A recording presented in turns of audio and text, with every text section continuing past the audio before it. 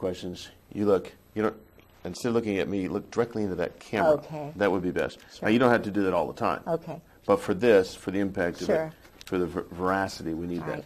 right. All right. Your name is Catherine Pollard Griggs. Yes.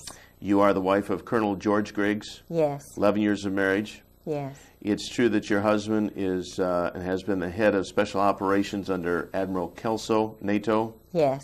And it's true that you were the head of the hospitality committee. Yes. You were the member of the executive board of NATO's Wives Club. Absolutely. And also that your husband's background includes NATO Defense College in Rome. Yes. Princeton class of 1959. Yes. His intelligence career, his spy career began in Vietnam. Yes. And it's also true that it continues under this day. Absolutely, under General Wilhelm.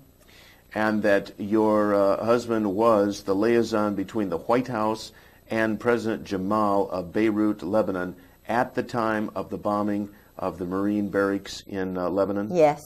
And in fact, your husband was an alcoholic. Absolutely. And probably Incredible. is to this day. Absolutely. And during these drunken stupors, he would, so to speak, blab on and tell you everything he knew about the intelligence community. Everything. Nothing was hid. No. It was like he wanted to relieve himself and unburden his heart. Yes. And so he told you everything that you now know about the Yes. intelligence community. Yes. And that you are talking about. And in fact, he told you that they knew the bombing was coming down in Yes. Beirut before it occurred. Absolutely. And also, by your association with him, you have come to understand and know, this, as shocking as this may sound to the people who are viewing this, that the United States military is literally run by sexual deviants heavy on the homosexual side. Truly. And that in the United States military, people like Jeffrey Dahmer and Kaczynski and McVeigh and Oswald and a host of other people who have a sexual deviant background, primarily homosexual, these individuals are actually sought out by people within the military, The Army. for the Army, for advancement into intelligence type Yes, work, yes. because they are so easy to control. Yes. And they actually become mind slaves, and that the U.S. Yes. military, Yes. literally, as outrageous as it sounds, is a mind control operation. Yes. Totally now. Totally now. They've gotten rid of the good folks, like MacArthur. Got rid of them, one by one. Good. Totally take over. All right. Let's talk about the individual who told you that we've never actually been an enemy of the Soviet Union, that somehow that's all just been a scam. Who was that individual? My husband. When the first 3 years we were married, he was drinking 3 or 4 straight gins, vodkas a night, a bottle of wine, and a beer machine beside his desk. I only knew him 2 months before he asked me to marry him. He'd been married before, and his first wife was a total alcoholic. Now, someone would ask, why would you marry a man after knowing him only 2 months? I'm a strong Protestant Christian, and I have a lot of predestination. I'm a Scottish grandmother, and I was working as assistant director of the Chamber of Commerce. I had a brand new, relatively new Saab, my first car. It was an 83 Saab. I bought it secondhand from somebody who's 84. And my husband was driving an 83 Saab. Mine was a turbo, his was not. He rented part of my house. It was, I had a young doctor and his wife and 2 children who were renting the house. They were leaving before the end of the lease time, and they put the ad in the paper and told me about all these people, and I said, no, no, no, no. And I was had been engaged to someone else. You know, I was just renting my house out. And they said that there was this man who had a dog and a mother-in-law and a son, and was a widower and a Marine colonel. Well, and it had a dog, and I said, no, absolutely not. So the point that I'm trying to make is that he was someone I was not really, I didn't cotton to. He sort of acted like a robot. He was very clipped, and I didn't want to like him. But when I heard he was a Princeton graduate, I always thought that was kind of great. When I heard he spoke fluent French, and I speak fluent French, When I found out that he drove a Saab, I drove a Saab. And when I found out that he went to the same school, high school, that my uncle had gone to, was in the same eating club at Princeton that my Uncle Ben had gone to. He was on scholarship and went to Princeton. Everything the same as my uncle, who was also in intelligence. But I didn't think about that then. I was just thinking, you know, this is God. This is too much, too many similar things. And so it overwhelmed me. And he's very, very good looking. At that time, he was very good looking. Now he's aged and he really is haggard. Had a rough life. Yeah. Yeah. Yeah. So I was overwhelmed by him. Plus, my job at the chamber was very demanding. I was doing a great job. But he said that he wanted me to retire because he wanted to make general. And the man who could make him general was General Louis Buell, because it was just a matter of having somebody who would make you general. To be general it wasn't what you did. Mm-hmm. Louis Buell, you needed somebody above Buell to pull you on up. Yeah, Louis just happened to die, and we went to his funeral, and George didn't make it because Louis died. But his first wife had been, I'm sure, battered to death. I was battered, and you know. But I thought it was just Vietnam and all this kind of thing. And I was trying to get him to stop drinking because I couldn't imagine how the Marine Corps would allow someone to be a total alcoholic who couldn't even carry on a normal conversation dry. I mean, he can't even carry on a normal conversation with anyone unless he's drinking.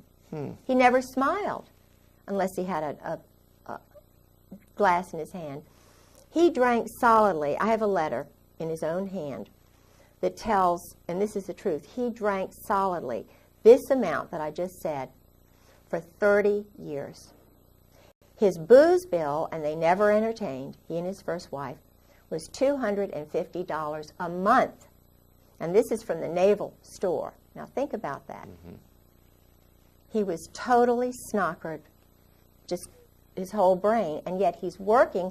He is head of running half the world's Marine Corps under General Al Gray. A man who is mentally incapacitated. Totally. Unless he's inebriated, and then when he's drunk, I mean, he's in a different, altered state of mind. He can't discern anything. He can follow orders. Oh, and that's all he does. And he told me one of our many conversations, he thought I was, you know, because my family were all naval officers and I was out in the world with the chamber, you know, that I just sort of went along with this kind of stuff. And, yeah, I mean, it was just incredible to me that... How many wives of high-up military people are there, like yourself, that are speaking out? None. I mean, they're all 30-year Marine wives. They're Stepford wives. They are petrified. I have had conversations before I went public, before I went to live with Sarah McClendon, who saved my life. And Sarah McClendon is the senior White House correspondent. Is she that little old lady we see on TV asking Yes. the president those pointed, jabbing questions all the time? The little red-headed, feisty Texan who broke the Billy Saul Estes thing. She doesn't go along with the clone group of reporters who are most of them intelligence officers. I think she was in intelligence because she was in the Army during World War II. And she's just a remarkable mind, and I lived with her for 5-6 months. And what's interesting is she called my home after I had called her or seen her on C-SPAN. She couldn't get through to my house. I was living there by myself. Every time she called my home, this is 1996, from March until she finally got hold of me, she had to go to another phone in Maryland to get me on the phone. Every time she called me from her house, she was told, "This is a military base, and the Griggses don't live here anymore." Now, that was my phone number long before I met George Griggs. It's my granddaddy's farm. the house that I Well, so owned. your phone was being diverted. Absolutely diverted. It's electronic warfare. It's part of their deception. They have many levels, but it's all under a big operation.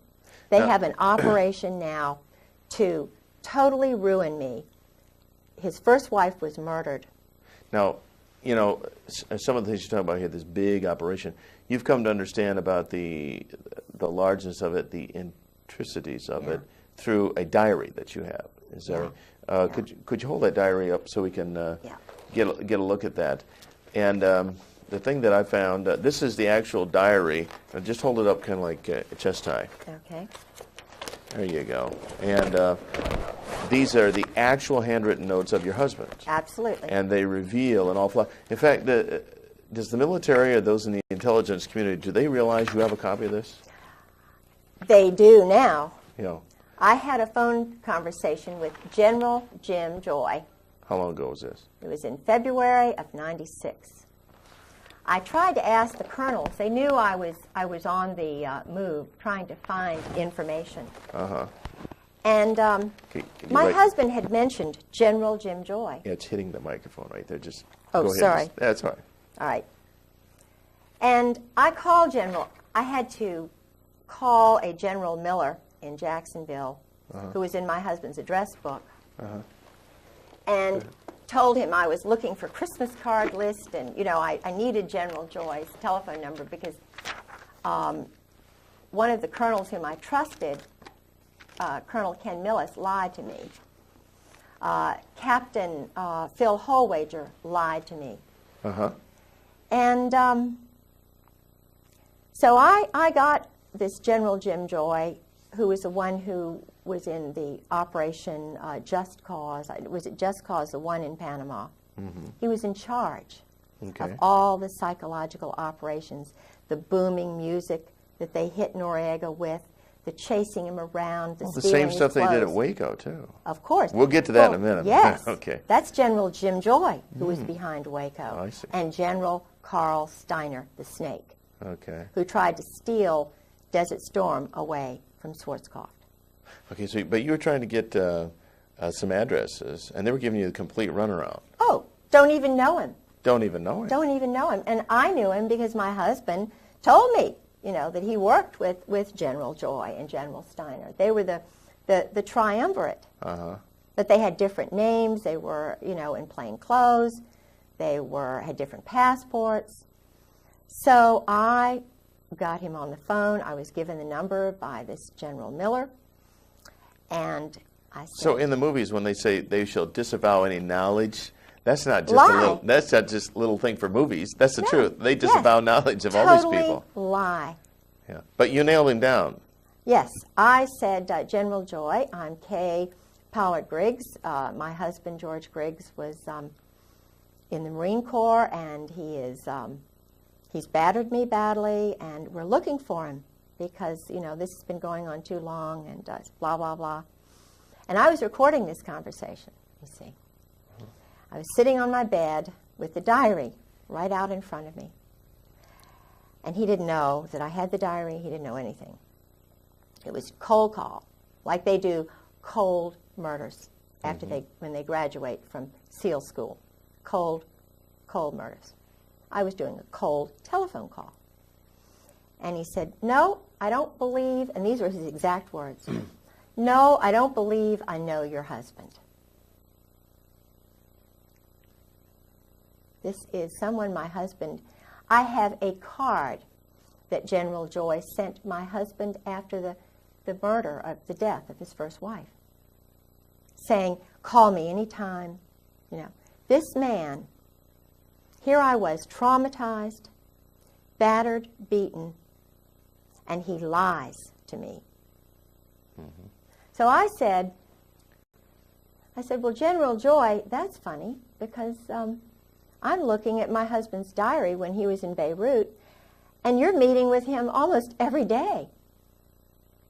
I said, first, before that, I said, he was the chief of staff for General Al Gray. He's one of Gray's boys. Chief of staff of Fleet Marine Force Atlantic, runs half the world, all of the Middle East. NATO Defense College. You don't know my husband. You're a general. You live outside of Quantico. Don't know my husband. I made it very clear. No, can't say as I do. So then I told him about the diary. And these are all immature adolescent males. These are men who don't know how to deal properly with adults. They lie. They're deceptive. They hide behind trees. But when you nailed him on the diary, when diary, he realized... He said, his exact words were, "Oh, that George Griggs." Oh, that George Griggs. And that's just the beginning of the kind of runaround deception that you've found with these people. Absolutely. And no doubt that's why they would like very much to have this diary. Yeah. This one page I found particularly interesting. What you and you're probably more familiar with their husband's handwriting. Instead of me reading it, read these notes that he had recorded there. These might help. Okay, I've got these. All righty. A number of the Marines told me a little bit about Dale Dorman. Dale Dorman's not a happy camper. Okay. Dale Dorman, because of some mistakes my husband made, was shot. It's 7:15 to 7:30. Dorman exited Riviera. That was a place, sort of a hiding place or whatever. Gray and tan Mercedes. Up to 5 shots were fired. He raised his left arm. One round penetrated his arm. One struck his chest. Walked back into Riviera to the desk and called Post 1. Security vehicle went to pick him up. Returned to Durafound, 15 to 18 meters away, and treated. Medvac called 7:50. Medvac wheels down at 08:10 in a H-Bird helicopter. Riviera Hotel, approximately 1/9 of a mile west of the embassy. Dorman has been there since arrival, except briefly during a period of siege. He was not wearing protection. Saw 3 men in the vehicle. One leaned out back with a shortened rifle or automatic weapon. Sentry at B1 saw and heard nothing. It's just one page of the diary. Sentry saw and heard nothing. Right. In other words, the sentry don't talk. Doesn't talk. Right. Yeah. And there's just a whole world of these kind of assassinations and murders and directed. In fact, at one point, your husband actually just discussed people being eliminated. Yeah. Like you're shooting ducks. Yeah. Oh, we had innumerable discussions over dinner. He'd already had his 4 gins. Now, he'll talk to any woman or anybody who drinks with him, he'll talk. This man, what is he doing in security? You know what I'm saying? Mm-hmm. When he was at NATO, I'll get right back to that, but when he was at NATO and he was the head of special operations. In fact, I've got copies of his secret check in and out papers at NATO. He had them at home. I hope I still have those. But anyway, the point is, I could get in and out of the NATO headquarters just walking in, and there were all these shady-looking garbage men, and George would leave his office door wide open at lunchtime.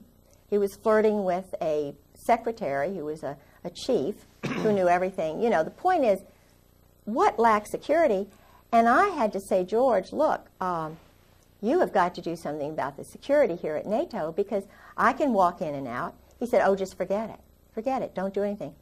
And I'm a very demonstrative person when it comes to security and honor and integrity, and your word is your bond. My culture, my father, my people believe in this nation, in my state, Virginia, my people, my culture, my God. This is important. You don't just treat that kind of thing lightly. So I said to him, if you don't do something, I'm going to Landis Kelso.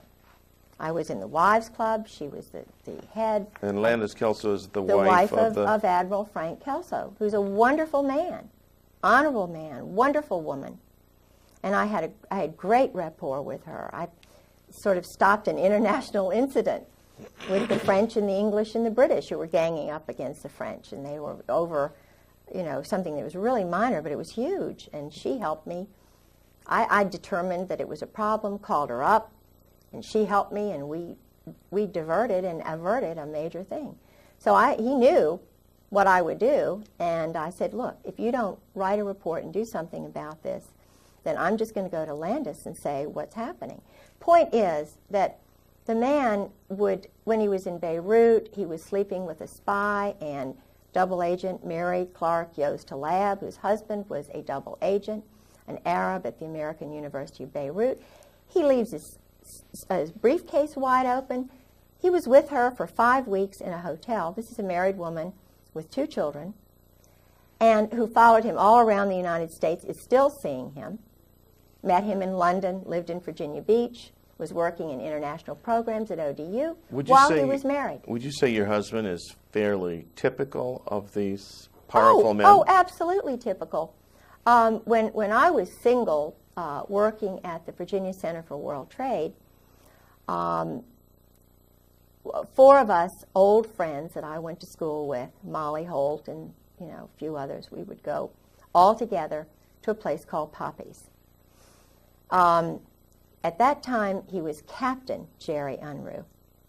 Now he's Admiral 3 stars Jerry Unruh. This man, again, was married. He was running around with the tailhook crowd. I did not know he was married. I knew he was a Navy captain. I was told by him that he would be taking command of the carrier Saratoga. Mm-hmm. He followed me everywhere, even went up to Wintergreen. Now, he sent me pictures, private, separate pictures of the Israeli guys waving to him. He was a tailhook pilot, the airplanes, the jets. And he was a Mustang, but totally immoral. Totally, and knew that he would never get caught.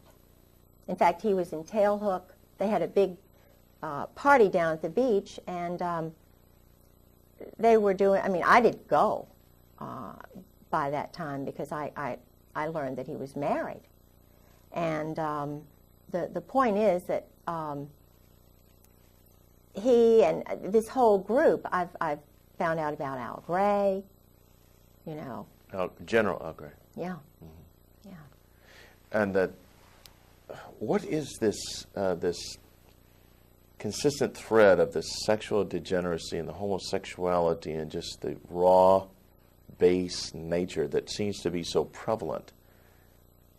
Have you ever determined what it is? Why? Well, it's a way to handle them, to control them. Years ago, you thought of people like General Eisenhower as an upright man. I don't know. I know some things about him. How far back can we go to where you find people that are decent and moral and upright? Right. Where you had real people who defended the Constitution, who had a feeling. Robert E. Lee was. There were nationalists and America first. You got to go back a good ways, probably. Absolutely. You see, growing up in Norfolk, Virginia, my whole family have been naval officers and also working. In other words, they would enter the service during a time of war, of need, and then they go back to being fathers and being husbands. I had a wonderful father, wonderful grandparents, wonderful family who put their family first. Well, they put their God first, Christ, and then their wives and their sons and their children. This is the way America was built. Now, these generals in the Marine Corps and Army, they don't look at it that way, according to my husband. They're ordered, and my husband, being chief of staff, told his men it was like this. It's the Marine Corps first, the brotherhood, the cherry Marine, the bonding that goes on. Mm-hmm. the Marine Corps comes before God, before Jesus Christ, before the country, and then it's it's whatever the religion they have. I don't know, because my husband is not a Christian. He's an existentialist, and most of these guys are. Certainly Al Gray is. Krulak. I think his wife goes to church, but their God is this brotherhood. The brotherhood, and it's very German. It's very. Does it have Masonic leanings? Oh, absolutely, Masonic leanings. In fact, the admiral who was the last admiral whose car my husband bought, he was very impressed with this Norwegian admiral. They're all Masons now. Mm-hmm. Not all Masons, but this brotherhood, Opus Dei, if they're, or the mob. I mean, the one thing I've been able to determine about the current Marine Corps, the Marine Corps that my husband came in with, Gray, Reap, Sheehan, they're all mob. Now, when you say mob, you're talking mafia-type mob? New Jersey mafia, right. Mm-hmm. Right. And there's a... Brooklyn, New Jersey. Okay, is the mob and this military bunch, they're one and the same? The Marine Corps guys are the hitmen. And they are mercenaries. They'll work for anybody. You think the Marine Corps is under the Navy? No way. They can just as easily be under an Army colonel, and if the Army colonel meets a Marine Corps colonel, the Army colonel is superior. They'll switch hats just like that. My husband said it's just, no big a deal. I'll go work for the State Department. I don't really. The Marine Corps is just it's like a smoke and mirrors thing. And they're run out of New Orleans. 4th Marine, Oswald. I mean, they are not, on his level, he said, we've never been an enemy of the Soviet Union. They work with these communists.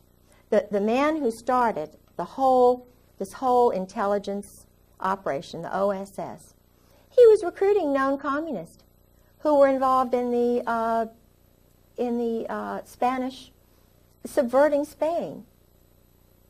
What? There's no more. They're not Americans. They're not Christians. They're German existentialists. Now, what are they doing running our nation? It's kind of, they have more affinity for the state of Israel right now than they do our nation. They don't care about American citizens. The judges now in the courts are military officers following chain of command orders. They're not independent judges.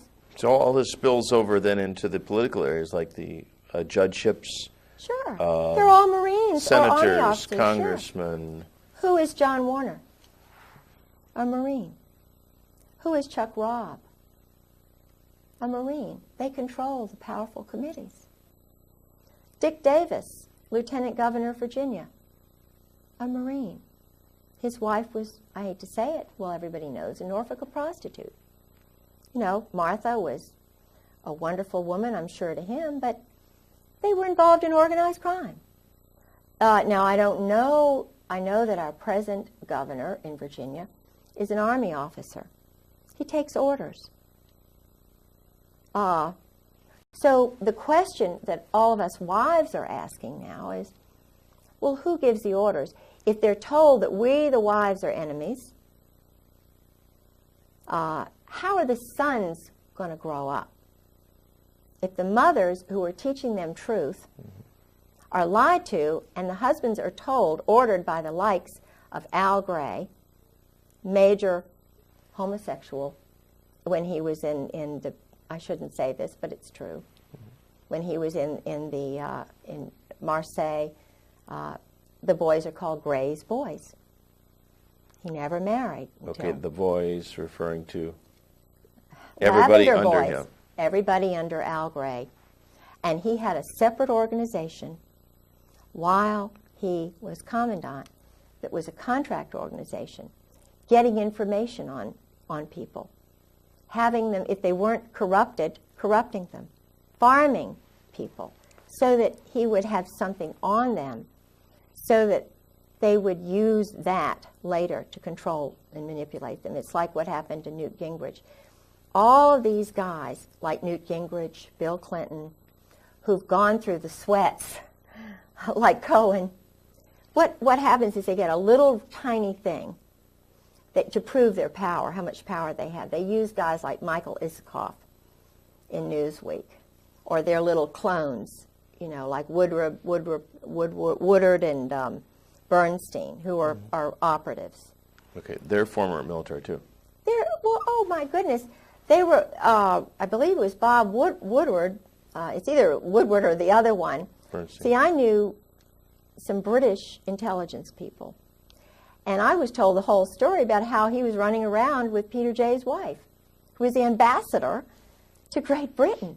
And this man was sleeping with Peter Jay's wife, and there was a movie, I think Jack Nicholson was this guy, and this was her story about what she went through while her husband, the columnist, was sleeping with the ambassador's wife to get information on what was going on in Great Britain.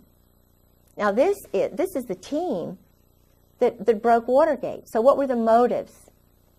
Of course, Watergate was horrible. And Nixon had something like 60 military JAGs alone working for him, doing dirty tricks. One of those JAGs was Ernest Frank Reynolds. Changed his name to Ern Reynolds. He came to me. I was farmed. Tim Hunter, an intelligence army operative, came to me with this story about, hard luck, Saudi Arabia, and I was in the army, and I have this friend who can help you out with your legal case. He's a really good guy, Ern Reynolds. And if you meet him, I know he'll do some free legal work for you. So I was staying with Sarah, and I didn't have any money, and but I took the little, the train into Fairfax.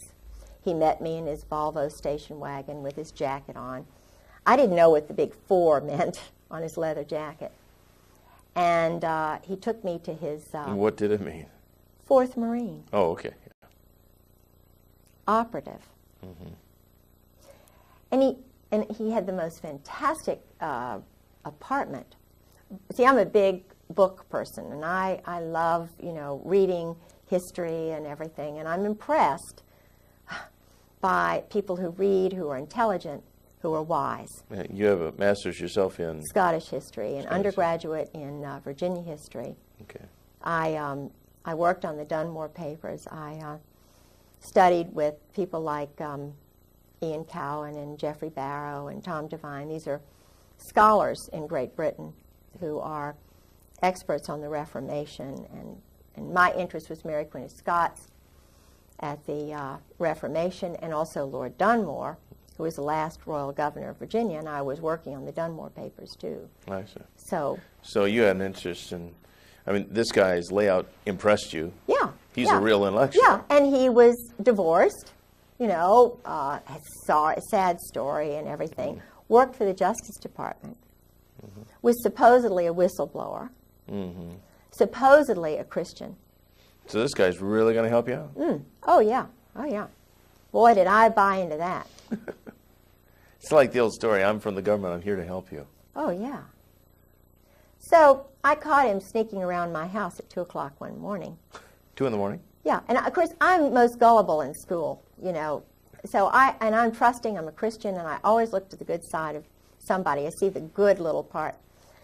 It took me about 3 times. The guy had my original documents that had just been in my briefcase under his car seat. He invites me to a cybernetics conference in Champaign, Illinois. I leave Martha Roundtree's apartment, and it's arranged so that all of my things are in his safe little car, and we're going to his parents' house in Roanoke. And, of course, you can't take all your things to the cybernetics conference, because I was going home But this is a smooth psychological operations guy. I mean, he is doing psychological operations on a woman in Champaign, Illinois, who is the lover of a German spy, who he's been writing letters to her, and he's showing me these letters. The guy's perverted. I mean, he's writing Susan Parenti these letters, you know, like invading her mind, and, you know, why are you... And Susan's written him 2 letters or 3 letters. She's very beautiful, and he's got pictures. But he's sharing these letters with a group of men, 7 men, one of whom is head of intelligence, is head of computers and the intelligence for the Army, Ron Jarmuth. Now, Ron Jarmuth comes right out and says, I'm an anarchist. You know, I mean, his family are New York, old Zionist Jews. He met his wife in, I think, in a kibbutz. You know, I mean, he's a nice, personable guy, but when you say to somebody like me, I'm an anarchist, just so blithely, and you know, and he's always over at Ern's house, and Ern's got a picture by his bedstead drawn by a man who's a known homosexual whom he met when he was at the University of Virginia, who was the chaplain at Hollins College, whom my best friend was there. And she said, he's a well-known homosexual. And I'm thinking, what is a picture of Ern Reynolds doing being painted when he's young by this known homosexual? And then I find out that the man who enlisted him in the Republican Party, he was doing dirty tricks for 7 years for the Republican National Committee. I mean, dirty tricks. Underneath this man from West Virginia who was a homosexual, and left all of his money to Ern's son and took his son on a trip. Now, and Ern is a lobbyist for homosexuals. He's just, you know, working in the Episcopal Church. He's got a group of women that he meets with at the seminary. I'm sure that my case, my profile, he's probably got charge of it now. He's the expert on Catherine Pollard Griggs, but he's not. The guy is absolutely not grown up. But he's a thief. And so he your case just got stonewalled, just got sucked into a memory hole by a guy who was acting under orders to you get Catherine Griggs under your control, and that's that. Sabotage her. Sabotage, yeah. Sure. And he stole your documents. Sure, sure. Sabotage me. Turned on me right in the middle of the commissioner's hearing. Laughed at me when I cried. You know, this is a guy who hates women. And the interesting thing is I went to his family home, and he had a wonderful mother. And he told me that his father battered his mother. His father was in the Marine Corps. And there was a picture of Chesty Puller in the basement. Well, that fits the profile, though, doesn't it? I mean, if his father battered the mother, which he grew up in this dysfunctional environment. Totally dysfunctional. So when he hit the military, or he was noticed in college or ROTC or whatever, so here's a guy who is susceptible to mind control. Sure, he's to be developed. Yeah. I think you used the term for budding. He was recognized as a potential bud. Yes. And he's moving up the ranks. His roommate was from New York, was a Zionist, and he was an outcast at the University of Virginia. An outcast? Yeah. Why would he be an outcast? He felt he was an outcast. So he had this roommate, and I don't know, this man who was the homosexual from West Virginia. And we had to go by through his town, and, you know, the guy died. But this homosexual was a friend of the homosexual at Hollins, who was a chaplain there at Hollins College, whom I met. We had lunch with him one day. The father had the picture of Chesty Puller, and so forth. Well, Ern, I knew he was trying to sabotage me, and so forth, because I had already had Alexander Robinson come down from Princeton every other weekend, my husband's teacher, who was also a Marine, whose family brought over the Saudi royals, who was one of my husband's teachers, and I caught him walking around my house at 2 o'clock in the morning. I overheard him talking to my best friend's mother saying, now we just, undercutting me. We just don't know. Kay is just under so much stress, And he's a very handsome, very dignified guy, Went to Columbia University, was in Algeria, that area with the Marine Corps. Then went into the boys' school, the Hun school. He's an intelligence, without a doubt.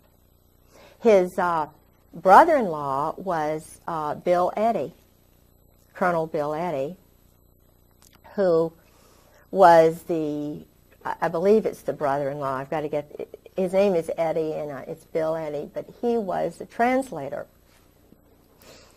for the Saudi royals during the Roosevelt administration. And the Roosevelt, the New York crowd, was trying to steal all of those countries away from Great Britain. The Balfour Declaration had sort of come in, and there was a guy named Moose, not the present Moose, who has the Africa desk at the State Department, who's an African American, but this was a guy named Moose who helped the State Department steal Saudi Arabia away from Britain, because Britain was allowing the Saudis to be Saudis, to keep their religion, to keep their culture. Right. They were not trying to kill people right off the bat, So George is part of that OSS crowd. And their stock and trade is just murder, assassination. Absolutely. Creating conflicts, phony baloney wars, Yes. conflicts, Yes. for the purpose of making Selling weapons. money, Drugs. drugs. Controlling the drug flow. Now let's talk about the drug flow in the United States. Yeah. Based on your conversations with your husband. I met drug lords through him. Such as? I met the head guy. See, George was telling me everything. First 3 years of marriage, it was just like, you're with me, gal, because he was so used to talking to Mary Halab and Anne Bouchou. Yeah. The group partnerships with sex and all this stuff. And I'm a pretty loving woman, and I'm fun. I was then. But you're not into swinging. No, I'm not into and swinging. Swapping husbands and No, wives. and George was into swinging. He and Sue and Nancy and Jim Earl. This was, and I heard about that from colonels and one Navy captain. But then your husband also would tell you that this is just life the way it is. Oh, yeah. In our crowd. Oh, yeah. All these generals, admirals, colonels, all these people. Yeah. Men, too. Yeah. Yeah. So, but he was just, I'm trying to remember what we were on, something that was, that I was going to say, and I remember, Anyway, I can't remember. Oh, he's talking about the fact that they're into making money, and this is the drug business. Oh, yeah. So you met all these drug lords. I met Fahim. As if they were just business partners. Oh, yeah. Well, he told me what they did. He, Fahim was a colonel. He's in the diary, too. But George said what they do is they nurture, they cultivate the sons of prominent families in all, the State Department finds them. They're called rising stars. Yeah. And they turn, that's the word they use, George used, they turn them, they bring them in, they rope them in. If they're alcoholics, give them more booze than anybody. If they want women, they find the women, they turn them, and then let them know if they ever get in any trouble, come on over here. We'll take care of you. Well, Fahim had come on over here. Things were getting hot in Beirut. He was a Catholic. He was very prominent family, And he was going in hiding up in Maine. I remember I had his number, and I talked to his sister. But they just culled a lot of the stuff out of the house the very first time when George kind of disappeared, and and then I found out about what happened with Sue, his first wife, and all of that. Well, now, did they? Did you come to learn how drugs actually come into the country? Yeah. I saw a news piece one time where a pilot who was in prison alleged that they actually landed on military bases with huge planes loaded with dope. This is how they all brought them in. The Norwegians, the Brits. The drugs, you see, they would come down through Burma, Turkey. They'd come through the Bekaa Valley. The banks were in Beirut. They were in Panama, Mexico, in St. Thomas, after, the laundering of cash. You see, cash, that's why some of the banks in New York, you can very easily find out who the drug lords are. Barry McCaffrey, I saw him 2 weeks ago, and he said something he let it slip out. He's an Army general, He said, we haven't done any more or any less in the last 5 years. Now, in terms of the war on drugs? Yeah, no, they're just holding it. The word he used, I think, was holding it. It was a word that you could tell they'd used in briefings. They were the guys who were doing the drugs are military officers. In fact, doing the drugs meaning controlling them. The flow. Oh yeah. In fact, one of George's best friends, Colonel Ray Moore, I suspect that Ray Moore was from the gang, the ghetto area in California. His wife was a very good friend of mine, Charlotte. She's dead? No, he is. Oh, he is. But when George would sort of disappear. Your husband? Yeah, all of a sudden they would appear and be in the house. Calm me down, take me over, exercise, do all this mystical stuff. And it was really funny because they came back from Mexico, and George just happened to disappear, and they were right there, Well, Ray Moore, all this stuff, I knew about his background, and I started thinking, what's going on in Mexico? Why the heck is Ray going down to Lake Chapala? And he would talk about his day. His day would be going out with the men, playing golf, going to this spa with the men, They were doing deals, going to Guadalajara. And there would be Tom Reap, another former chief of staff for Gregg, going to Mexico. There would be Ken Millis, another temporary chief of staff when George's wife's funeral took place. There was Ken Millis. Now these are guys who are part of we call the Brotherhood, and they're all going down to Mexico. So what's going on in Mexico? Ray's one of these guys who wants to sit in the sun. He doesn't want to go down there to Mexico and do all that stuff, but he did, and he got cancer all of a sudden. And another guy got cancer all of a sudden, right after he got out of the Marine Corps. Now, not to diverge from what we're talking about right now, but did your husband ever tell you anything about any disease warfare, like giving people sicknesses Yeah, that's part of. He called it ABC, NBC. It was something like nuclear, biological, chemical. ABC, atomic, biological, chemical. They call it biologicals. And in fact, I'm not going to mention his name because this is a guy who's really a good guy who's scared. The word they use is shitless. Excuse me. But that's the word. This guy is petrified. Because he's doing that work. The chemical and biological work. The Marine. You mean the laboratory work or the implementation? Dealing. subterfuge, deception in the Middle East. Okay, and they use He's a Marine Corps colonel. disease-causing drugs? Absolutely. And then how do they administrate them? In missiles and I mean this is an elaborate big business.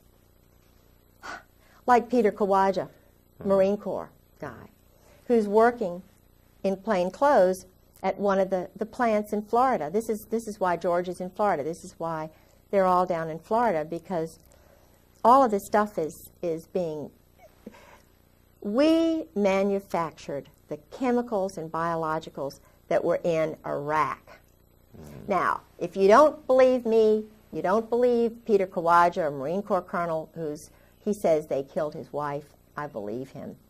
He worked in one of these factories. It was supposedly a candy factory where they were manufacturing deadly, deadly killer things. The Marine Corps, Al Gray, Krulak, Carl Mundy, he's in the CFR. He was in Ken Millis's class, who was the chief of staff, the one who controlled me.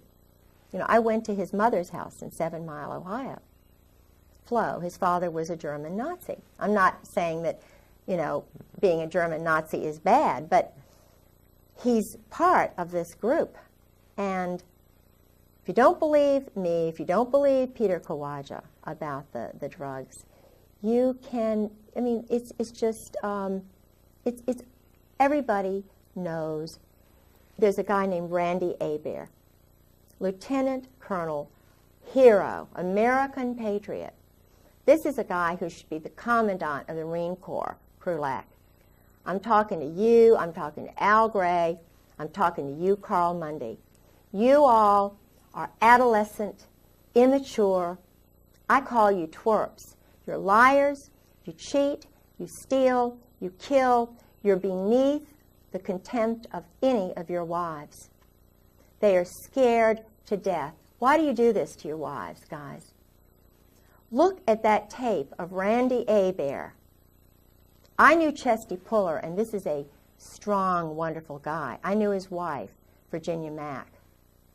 I knew a real Marine. You can't say that you knew them because you didn't. I did. Randy Hebert sat. He could hardly talk. He was leading a platoon into Iraq. His wife was sitting to his left. His wonderful father was sitting to his right.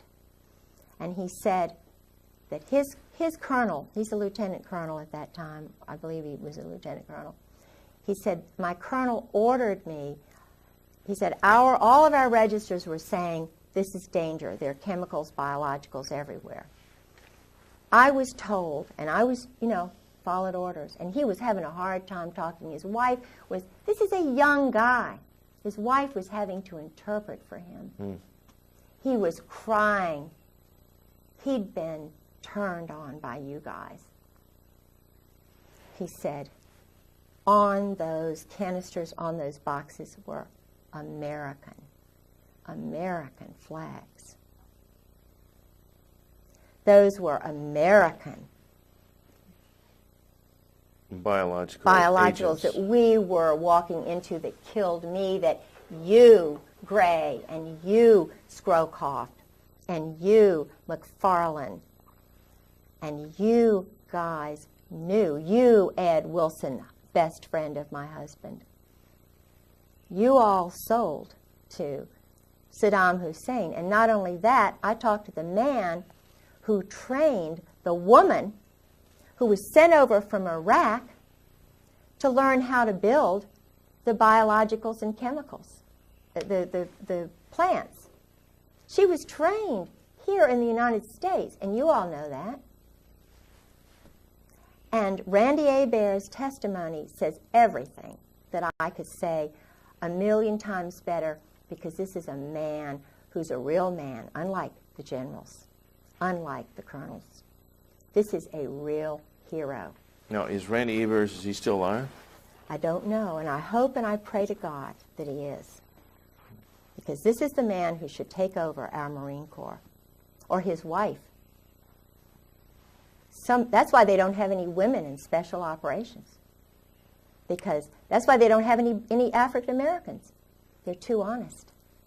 They're too strongly Christian.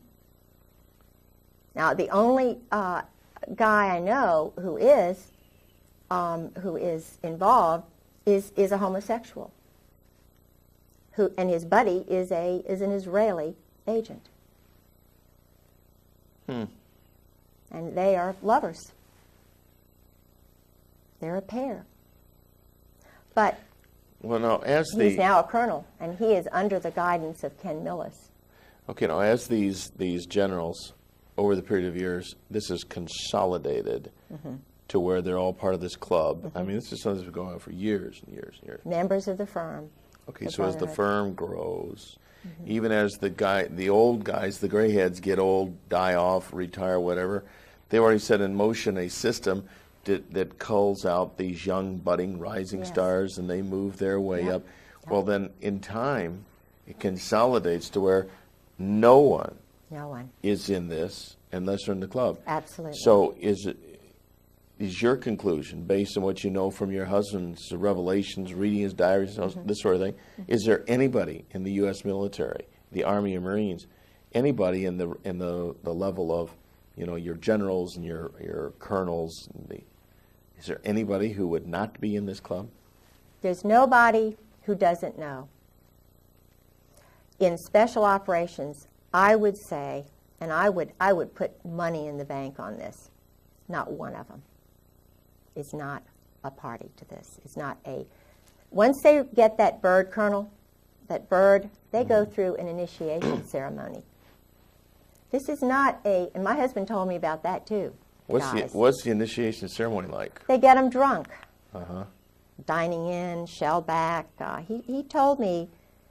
Oh, dining in. This is a term that they use. Oh, yeah. A code word. Oh, yeah. Shellback? Shellback. They, what's that mean?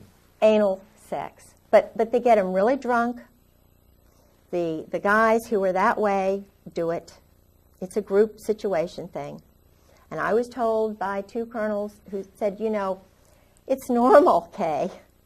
This is just what we do in battle, This is just good old boys? This is just what we do, Kay.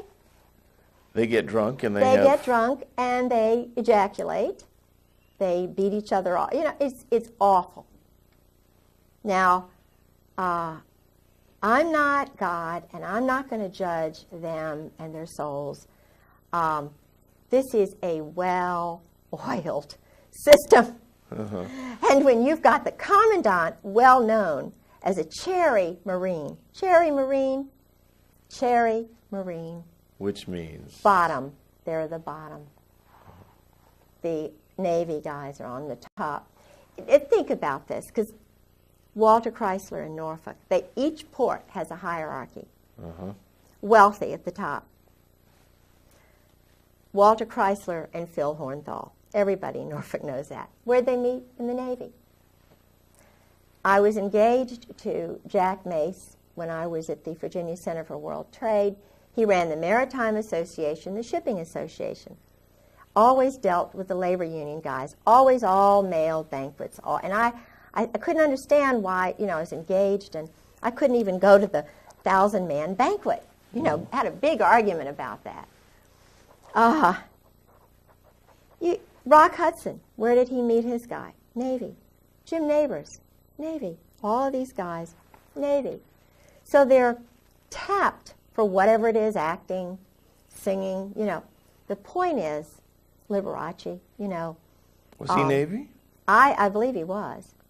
I know that he was, someone told me that he was a friend of one of the guys in Norfolk. There was a ring, a VMI ring of men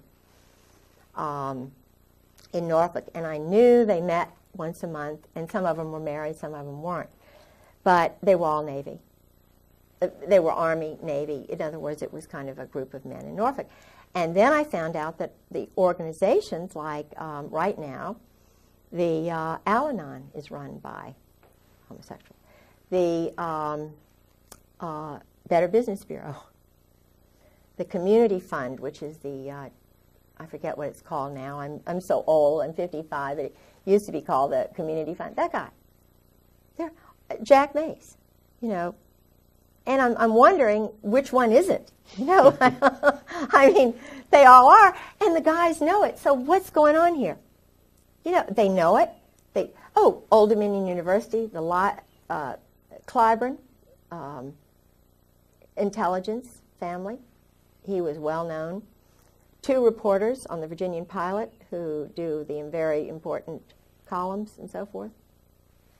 I mean, it's just, so I'm saying, who's making the decisions to do this? They're military.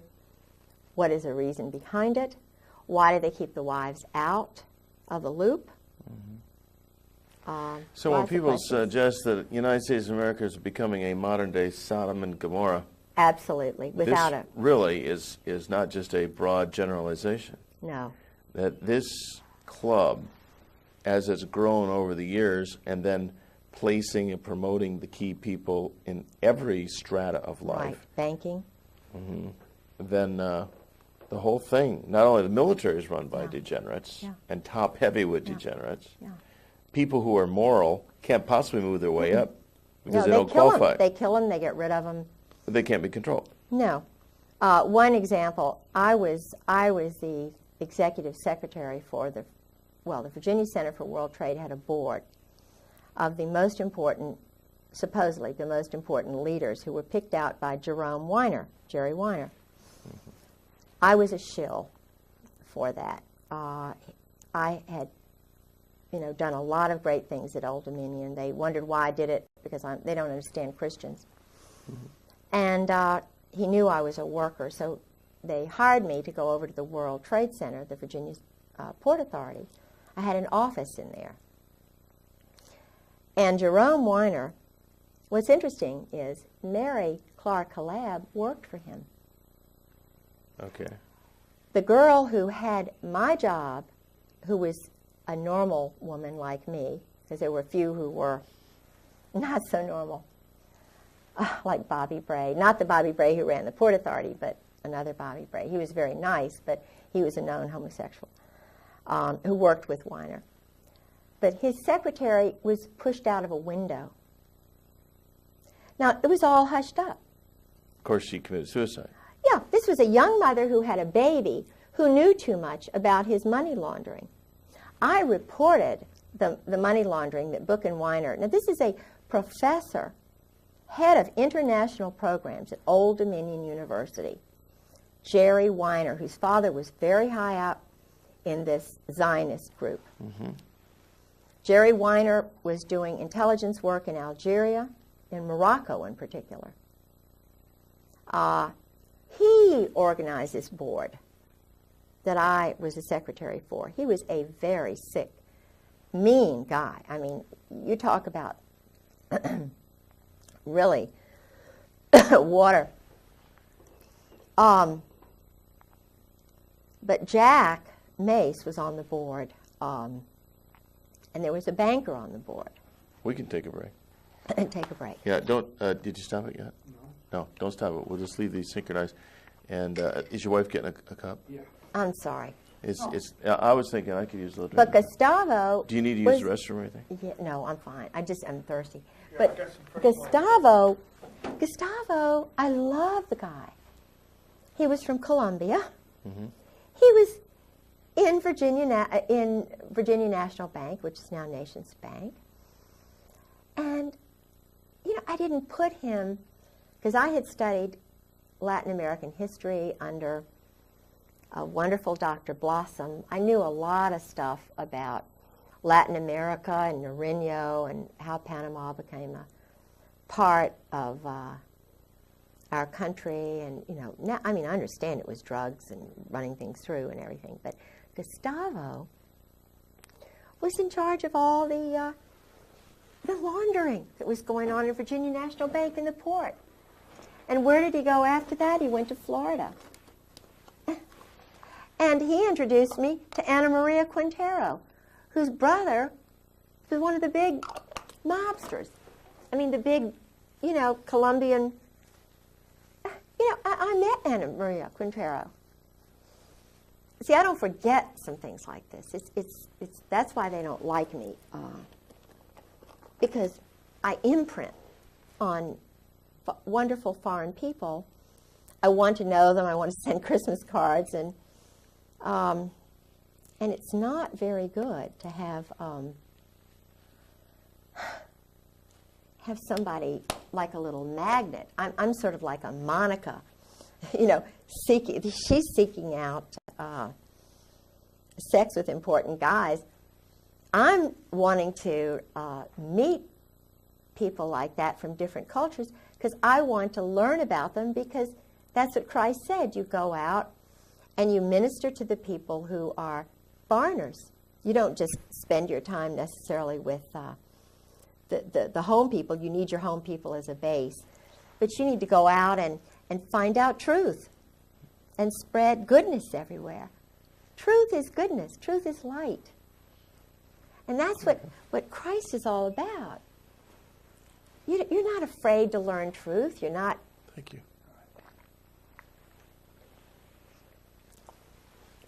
All these cathedrals and things that were built in his honor. Why? He was wonderful. Why was he wonderful? Not because he hung around a little group, but because he was out trying to. He told the big guys, look, stop being bullies and cowards. Let the poor people into your church. Everybody, God gives us all a unique spirit. Our timing is different. Everybody's fingerprints are different, eyes are. We have the right to read the Gospels. Yeah. They shouldn't keep the Bible from us. That's right. The church is not a political organization where you've got a few little guys up here telling all the mothers what to do. Who were the ones with Jesus Christ at the, on the third day? There was not one disciple there with him. It was the three women. So why are we leaving women out? Women, in Scotland at least, my culture, we're partners with our men. We need the authority of a husband. We want a strong moral husband. But what is that passage, about the good wife? I can't remember. It's in Proverbs. The virtuous woman. Yes, Yeah. yes. Right. And she's buying, selling property. Yeah, right. She's doing everything. She's certainly not a no-brainer. So why keep her? Why keep her at home, barefoot and pregnant, and not being able to read and speak three languages, and welcome all the foreigners and to come in? Hey, that's what Jesus Christ would be doing if he were right here. He would be here right with me, saying, "Go for it, little woman. I'm giving you the strength to tell the daggone truth. And if you get killed tomorrow, you're going up there." You're going to live forever. That's anyway. right. Well, now these, you mentioned when you get to be a bird colonel, and they have this initiation that involves all the sexual debauchery. Yeah. Now, Drinking first. Get them good and drunk. Oh, big time drunk. Because there would be some of these who, if they were sober, they wouldn't go through with it. Couldn't go through with it. Right. They'd have to be blasted. Yes. Okay. Yeah. And now, do you suppose, I don't know, your husband maybe told you, when they go through all this stuff that they do, are there people there gathering information? Of course. Intelligence on them? Of course. The chaplains are intelligence. In Nazi Germany, that you had to tell on your parents, or in the Soviet Union, they encourage you to tell on your parents. Phil Holwager, the guys who go to Yale, who become chaplains, the chaplain corps is tell all the tales on everybody. They have collections agencies. These Marines are ordered to go and collect so-and-so at so-and-so. If a Marine tells truth, if he's a whistleblower, if the wife is too much trouble, they collect them, they throw them in, they fill them full of chemicals, they'll implant little things in them. I believe that my husband has an implant. Well, McVeigh said he had a chip implant. I believe George did. Now ask yourself, all right, I know George had a male friend. You know, he has male friends. Your husband is bisexual. Yes, he's bisexual. And I was told that by colonels and a captain, by a psychiatrist. What percentage do you think of these higher up people are bisexual? Oh, all of them. If they're in special operations, if they're Marines, they're all bisexuals. They've all had to do it in order to get to be a bird colonel. Mm-hmm. The SEALs, it's kind of like the fast road to the top. So a guy could not be a SEAL without having. Oh, I don't believe so. Mm. I haven't met one that I don't believe would have done it. And judging from what a couple of colonels told me, it's just, that's the norm. It's just you women, you know, y'all are so sissy, y'all are just, you know, you don't understand how it is. We're under so much pressure. And when Valerie Wilhelm told me that about Charlie, I just could not believe. Charlie Wilhelm would be a... He's a general now down in Miami. And she was just saying, oh, well, you know, he's run around. He has to, she said. He's under so much pressure. And she was saying that, of course, I had met Charlie in Norway, and Charlie is sort of someone my husband just idolizes. And and Michael O'Boyle is another one. Michael is my husband's special friend. And when my husband retired, we went to Al Gray's office. This was a traumatic thing for me. It was a really weird day. We drove up with his son Douglas and my son Garland. We went to the commandant's office. They had, you know, something to nibble on and eat and, you know, just a little something. And his wife Jan came over from 8th and I Street, the commandant's house, with her dogs. She sleeps with stuffed animals and dogs. I don't think there's any love-making that goes on with Al Gray and his wife, quite honestly, and neither do the colonels. She is a wonderful, sweet person, scared to death. She worked for his intelligence organization, and then she supposedly took care of his mother. And then they married, you know, because he would not have made it. Everybody knew he was a homosexual, not a bisexual. This is a homosexual commandant. Uh-huh. I talked to people who actually, one woman who went to one of the parties, she was French, and she married a naval officer. And it was when George and I were first married, and I told George about what she said about General Gray. She said, you cannot believe this man is totally debauched. This man does these group sex orgies outside of Marseille, France. He's just horrible. You know. She said, now I have to admit, I was party girl, you know, went to these parties and so forth. But what would happen is, and I met a guy in the laundromat who was very, very, he was enlisted and he was involved in Beirut, and he knew my husband. He was going back and forth from Gaeta to the New Jersey, the ship, and then, you know, into Beirut on the beach and everything, and he worked for an admiral. Now this is a big admiral. And the admiral would go to these parties at this big mansion outside of Marseille.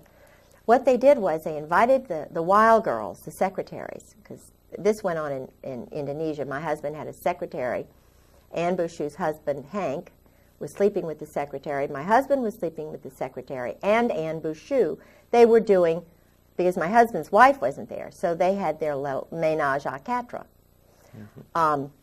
And of course, my husband was sleeping with Anne Bouchou, who's now, he says, a lesbian, you know, but he was sleeping with her and, you know, called her right after his wife died the night, you know. And I found the telephone numbers and, you know, her address and her birthday and all these letters he was writing. Isn't there a disease that runs rampant with these people? Yeah. So, but Al Gray, this guy, would guard the parties. Now, how does that make a young guy feel who's got a child? He's guarding an orgy with Israelis. There were Israelis at these parties. Intelligence people. Intelligence? There's not intelligence there. There's perversion. There's psychological, these guys are abnormal. They're adolescent.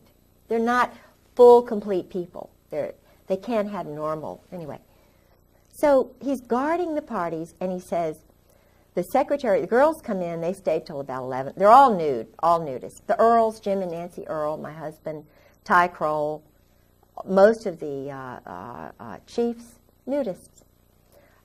Makes it easier, to see the little, it's terrible. They're nudists in the sense that... Yeah, they're nudists. Okay, so they have whatever. Freedom. Mm-hmm. Oh, I see. Freedom. It's really kind of religious, isn't it? Yeah. With them. Yeah. But the women leave at about 11 o'clock. This is what he said. I mean, I knew the girls were there because I'd already talked to the French girl. And he said, well, what they do is the women leave at about 11 o'clock, maybe 1 o'clock, and the guys all stay around there. And it's just the ritual. This is what they do. So, and then I found out. These are the guys that send their boys to war. Yeah, these are the big guys. Then I found out, because my husband would mention this guy and that guy, that he went to school with. Bob Edwards is involved with this stuff. But the guy who recruited him, Charles Caddock, who was a well-known homosexual, who was the, quote, head teacher but the bodyguard for the Saudi boys. See, the Saudi boys were encouraged to do this, to corrupt them. They were corrupting Muslims who would not have done this ordinarily. The parties at Aramco, they would give the young boys, get them really drunk, and encourage Muslim sons to do this kind of stuff. Muslim sons who would have a strong tendency toward morality. Yes. And to abhor this kind of conduct. That's right. But if they could get them drunk and loaded enough that they would do this one time, then they would gain a controlling edge on these guys. And who do you think did it? Charles Caddock and Borland, these guys, Alexander Robinson, Cheeseborough, who was the headmaster. The Saudis bought Russell House at the Hun School in Princeton. They brought over Mohammed Faisal and, Saud, Khalid Saud. They didn't really go to classes or whatever. And who was the young man who was partying with them? My husband, George Griggs. Who was in the group with them? Einstein. I mean, my husband was partying with Albert Einstein. I said, well, I didn't... And when would this have been? At what age in his life? 52, 53, 54, 55. I believe he said that Mohammed came over in 54. It was right after the murder, the poisoning of the one who was really good. Okay. So your husband would have been a young guy, 18, 19 years old? Oh, he was only, when they first got to him, he was in high school. So he was ninth grade. And he would be there? He was at the school with these homosexuals. They sent his parents to California. Got him a little Boy Scout job, his father. He didn't see his parents for 8 solid years. And this is amazing. I see. So then the transference is these people become your parents. They're the ones you look up to. Yeah, but they're doing things to you. Sure. They're sodomizing you. Of course. And Albert Einstein was actually... was in that homosexual group, bisexual group. Absolutely. Camus. Sartre. Now, Camus did not... I don't believe my husband actually met Camus. But Camus was a lover of his French teacher at Princeton. Not Todeve, not the one who helped him with his paper whom he had an affair with. And I was told that by normal roommates, whom he had later on, and by another roommate. They knew George was doing this stuff.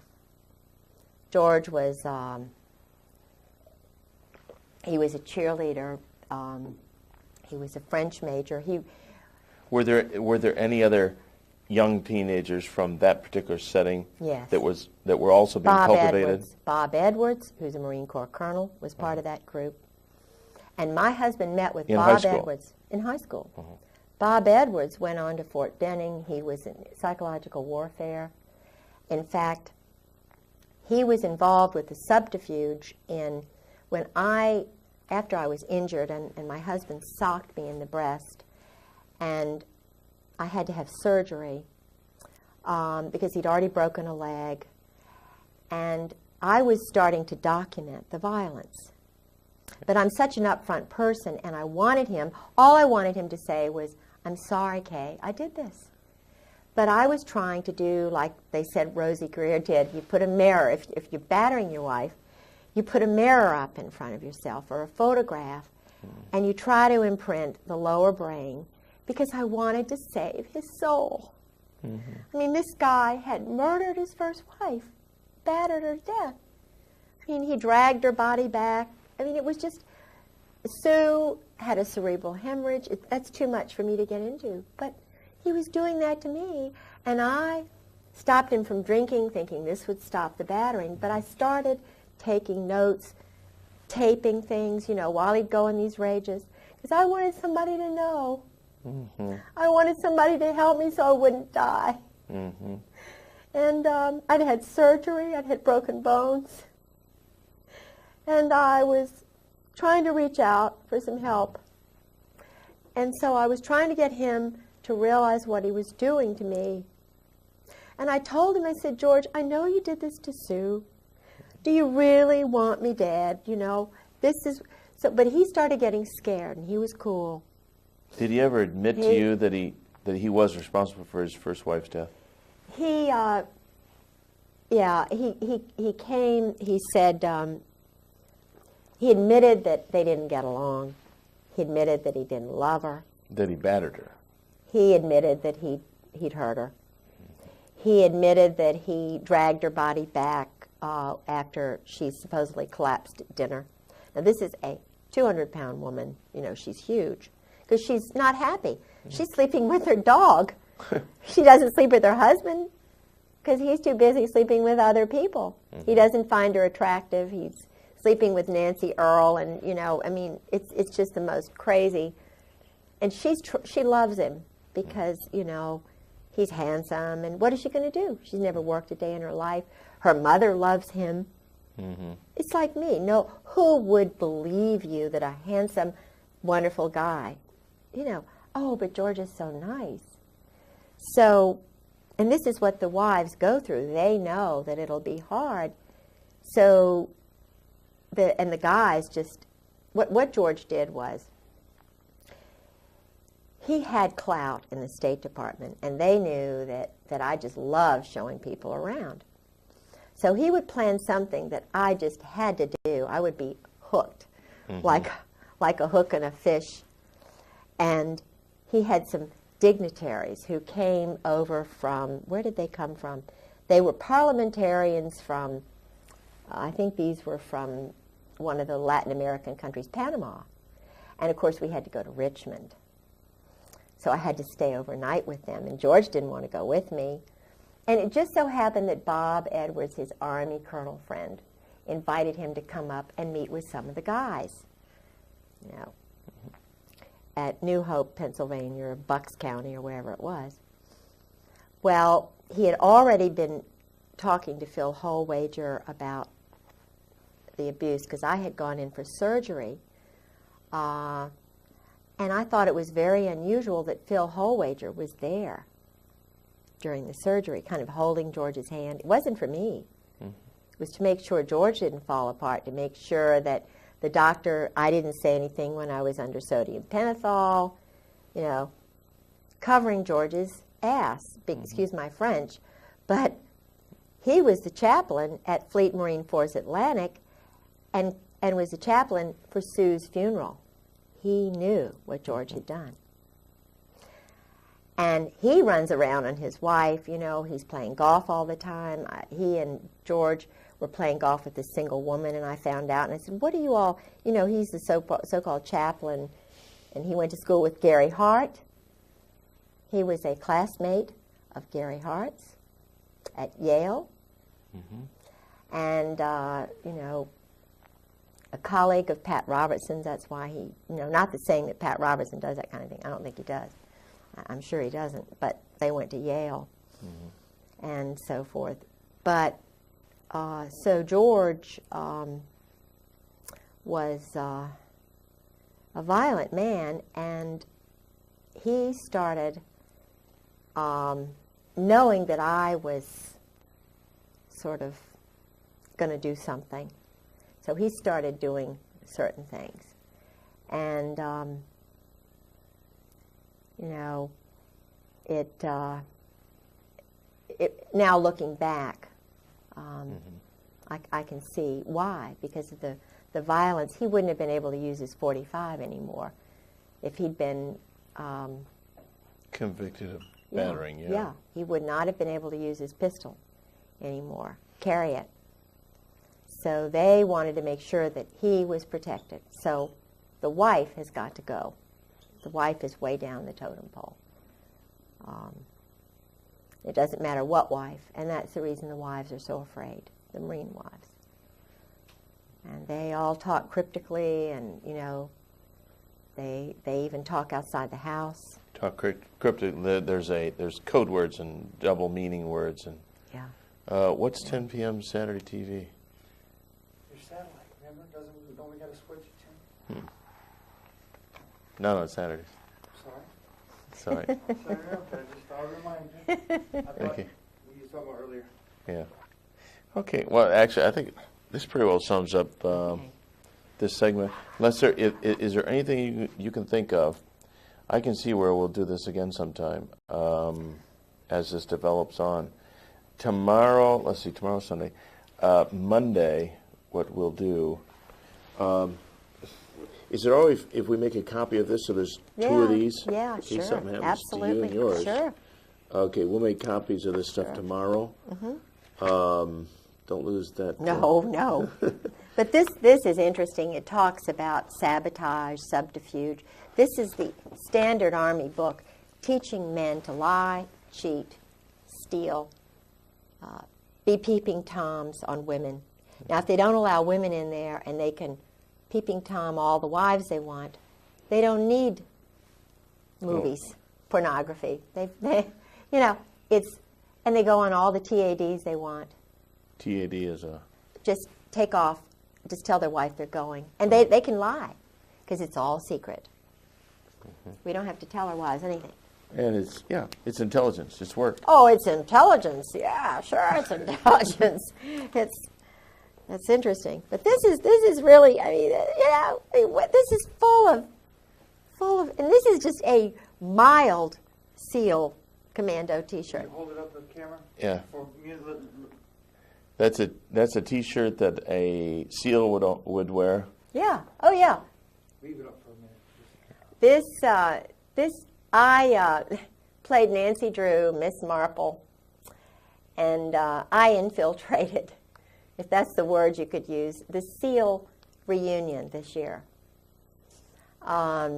They spent a lot of money showing off, jumping out of helicopters, and, probably $100,000 was spent. I don't know how much, but, the military was providing the funds for this little game on the beach at Fort Story.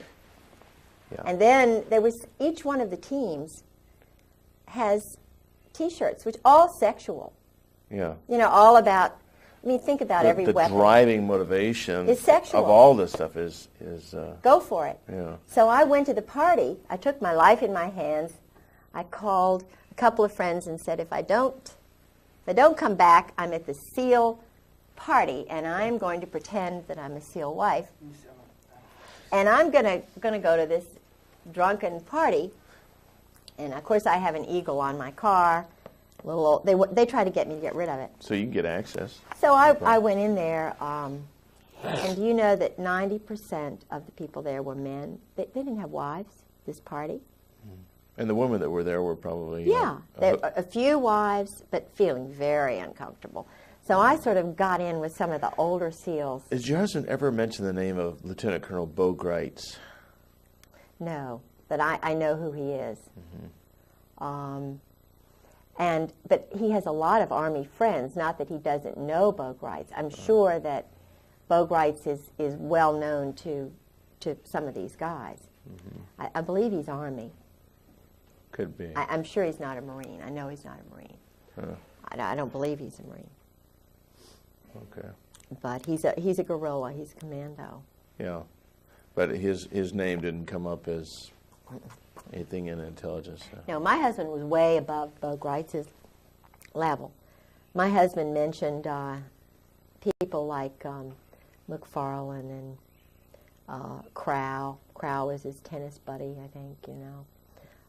Haig, Alexander Kissinger, the Victor Krulak.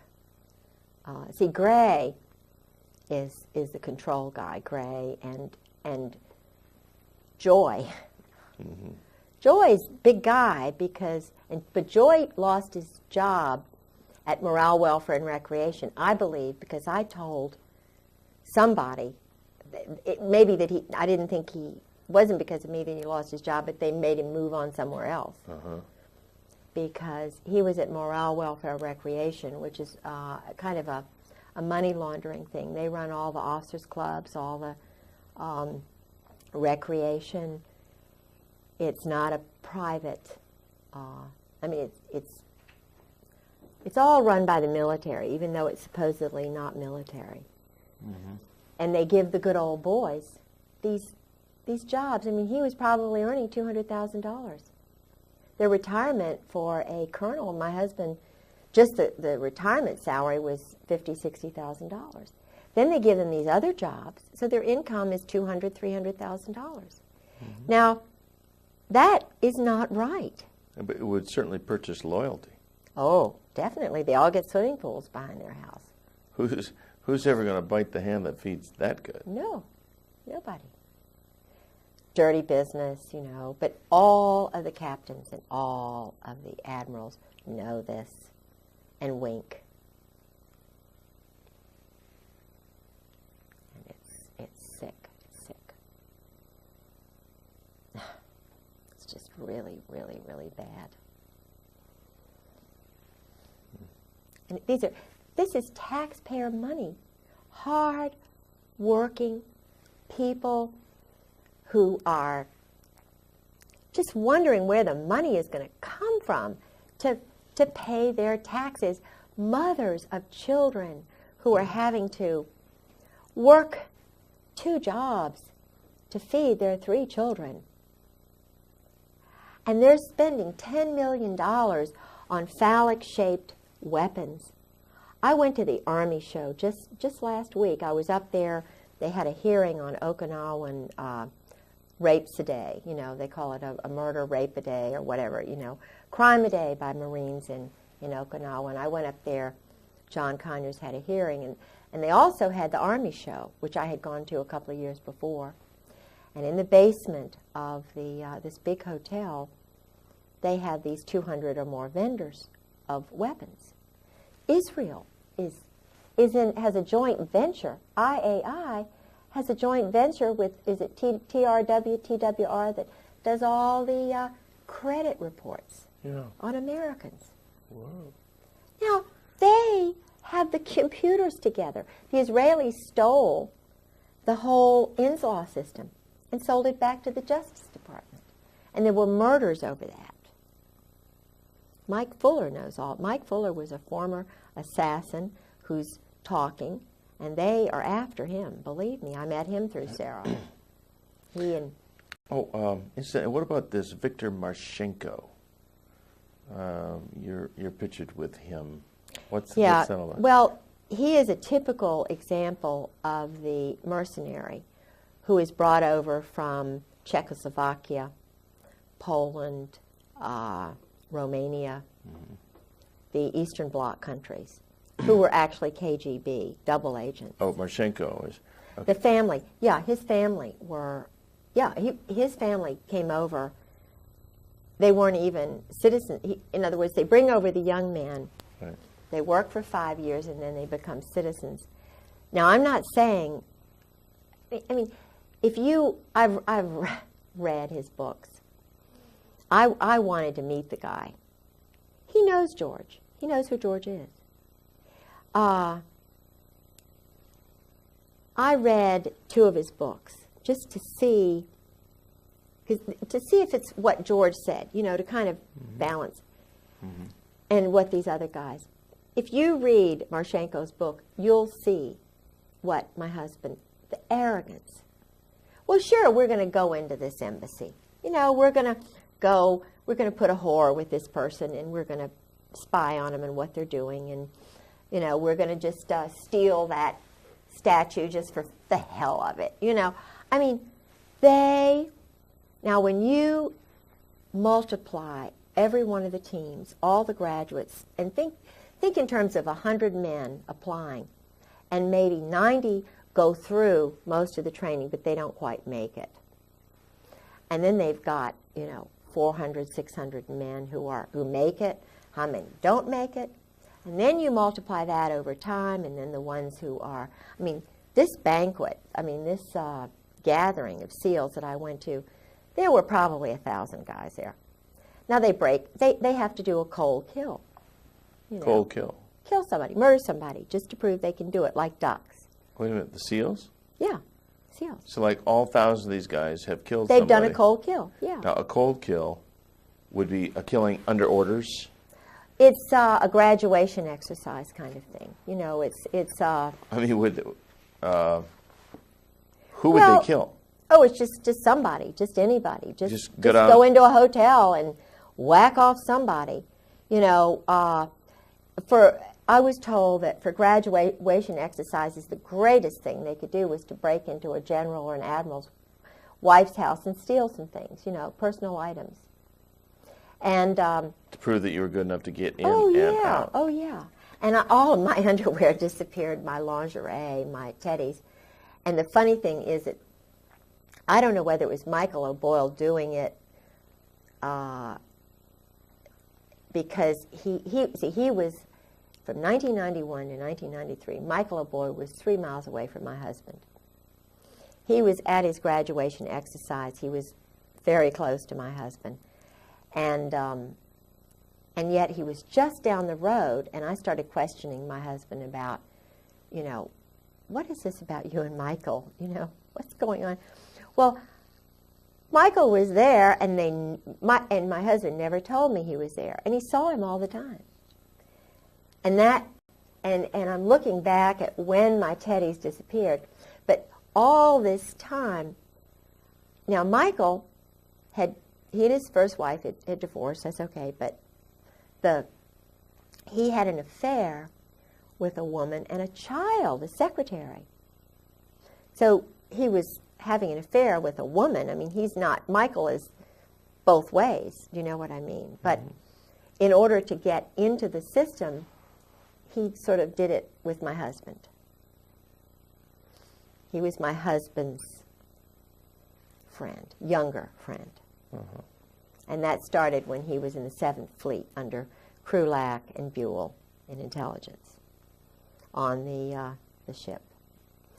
So, but Michael, there he was at Little Creek, my husband's best friend. He never invited him over, but he saw him. So I don't know. You can guess what that means. But the teams, the biological electronic warfare school that after my husband left FMF Lant, he went to the school, the Special Operations School, which ran the teams, foreigners, and everywhere. Okay, now the term MAC-SOG, what does that mean? What is that? It was a kind of a code word for going out and sending platoons to kill people in Vietnam. SOG is Special Operations Group. Special Operations, SO, SS, OSS, Secret Service, SS, Nazi Spetsnaz, the German stormtroopers. They all, if you know anything about the German High Command, it's the Brotherhood. It's called, they are connected with the Opus Dei, which is an Italian kind of a business group that works within the Vatican. And I'm told that, and I like the Pope, I think he's a wonderful guy, but I'm told that he was involved with that during World War II. I've heard that too. And that the guy who was the Pope before was murdered so that he could get in. Now, I'm still curious about the SEALs in this murder thing. Are we still on? Yeah. Okay. Now, a SEAL, in order to complete his indoctrination, becoming a, quote, full-fledged SEAL, part of that includes the fact he has to have killed somebody. Yeah. All right, and it could SEAL be Team 6, right, the red team. Red team. The Ghetto was the captain of that team, and his wife and I had wonderful conversation.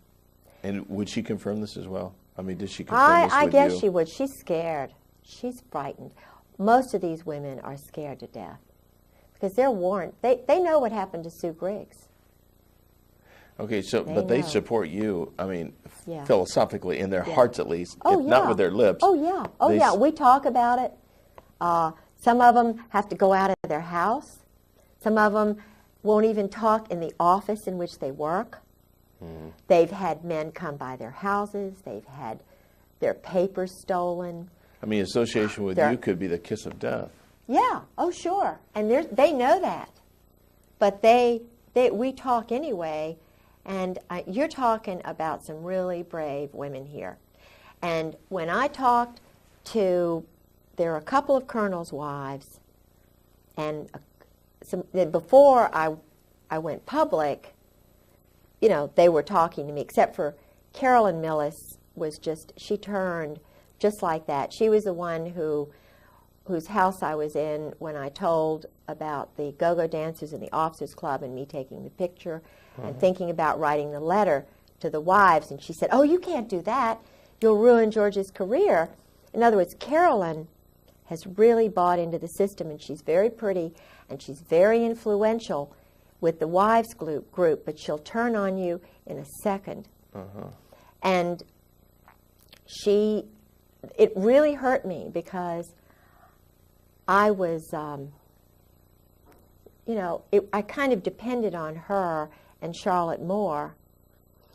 But when I went public, when I started telling people what I knew little bit by little bit just to get my courage, and then when I finally went to visit Sarah McClendon, it was like, you see, I told you.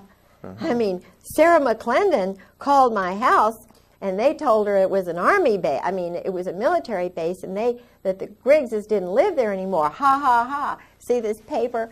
You know, then I was totally shut off. But until that point, I went in to see Peggy Sheehan. You know, we had tea and food, and he was the head of NATO, SACLAN, and his wife, Peggy, said, just, Kay, this is so strange. She said, just leave a note on your refrigerator. Yeah, for George. Just leave a note on your refrigerator. Meaning? In other words, he's coming in the house. They're coming in the house. It'll get to George. This is SOP, standard operating procedure.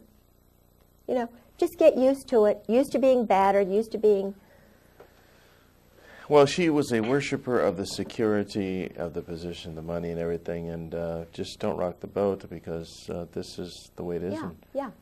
And we don't want it any differently. No. I mean, they could If desire you have it to more. divorce your husband, then, you know, that's just the way it is. But it's cold calculating, and yet so un-American. So un-American. I mean, I know what Americans like because everybody in my family were World War II. My brother was a briefer for the SACLANT staff. He went on to be a medical doctor. This is not, of course, he got out as soon as he could. Well, people who love this country and love its history, are just completely confused. Yeah. From cab drivers to bartenders. Nobody can figure out what's going on. Why is it everything goes the wrong direction? You know what I say? When I started this, it was like maybe a 2,000-piece puzzle. I know enough. It's like a puzzle for a 2-year-old or a 1-year-old with 6 pieces. It's so easy to see. And everybody who talks to me sees it the same way. I'm sort of an interpreter. I kind of give a lot of the wives hope, and the guys too, who are already out and scared, and and they say, hey, well, this little woman, she's a real feisty, what? And I don't know whether they're going to kill her, what they're going to do, and they say, aren't you afraid? And I say, yes. I've had death threats, and it's been hell. But truth and light and what these other women are going through, the hell they're going through, being put through hell because their husbands are cowards and bullies. People who dress up in black, who hide behind trees, who shoot people from behind, who break into houses and steal their papers. This is in the Constitution. You don't break into someone's home. You don't steal their papers. You don't try to destroy the core that God has given them when they're born. Mothers have sons, and their sons are 18 years old, and they were telling them, join the Marine Corps to be a man? It's not a man. It's not a man who does this. It's a pervert. That's why they're not joining up anymore. That's why they're not signing up. They're having problems with retention because the mothers are finding out. McVeigh's mothers talked. Unabomber's mothers and brothers have talked, Guys like Colonel Ron Ray is talking, who was Timothy, the new boy who refused to wear the UN uniform? Oh, Michael New. Michael New? Yeah. These are the heroes. Michael New is the MacArthur. Randy Hebert is the future Patton. These are the leaders. These are the Americans, and there are a lot of them. There are hundreds of thousands of them. And just like in the days of Jesus Christ, these modern-day Sadducees and Pharisees are saying, oh, we're going to kill Jesus. We're going to get rid of MacArthur. We're going to get rid of Patton. We're going to get rid of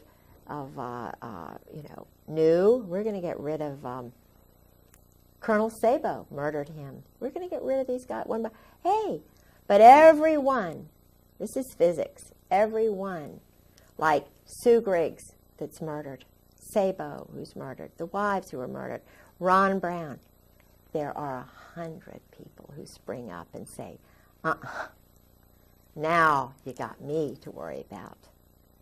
This is why these guys have got little places hidden all over the place. They're training all the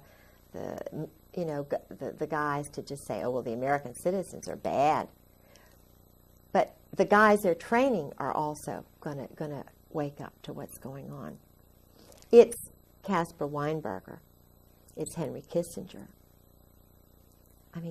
Nicholas Walt Whitman Rostow. Eugene Debs Rostow. What's going on here? These guys aren't even born in America. What's happening here? They're training mercenaries now to run, flip around. We'll kill on an order. Not killing because people are breaking into our homes. Not killing because they're bad. But just, we want to control this country. That's what George told me. It's political. The military, the Marine Corps is a political arm of a group that wants to run everything, control the drugs, sell the weapons, keep the weapons flow going. And this isn't what guys are going to sign up to do. Their heart's not in it. They're not going to even do it for the money. They'd rather die than have hit squads come after them, collection groups from Great Lakes. They have a group of Marines who goes out and collects guys who have gone to their psychiatrist and they're a little bit talking too much. They get rid of them. But they're not told why. They're just told they're enemies or they've done bad things. So they don't, it's kind of like they don't, so they won't have any guilt and culpability. They make it cold. Just get rid of this guy, okay? Okay. Get a promotion, get a new car, get some stock. After my husband did what he did in Beirut, I found these stubs. He got all this stock. You know, AT&T, major stock, just thousands of dollars worth of stock. And it was from a company that was like a quasi-government company, all on a sheet of paper. And, of course, it was big-time stock. And that's how he was paid off. Stock. And paid off for? For doing criminal activities, selling weapons, going through Tel Aviv, the bank in Rome, selling the weapons illegally. The Israeli agents are the middlemen. And all the money's going to Israel. It really is the truth. Mm-hmm.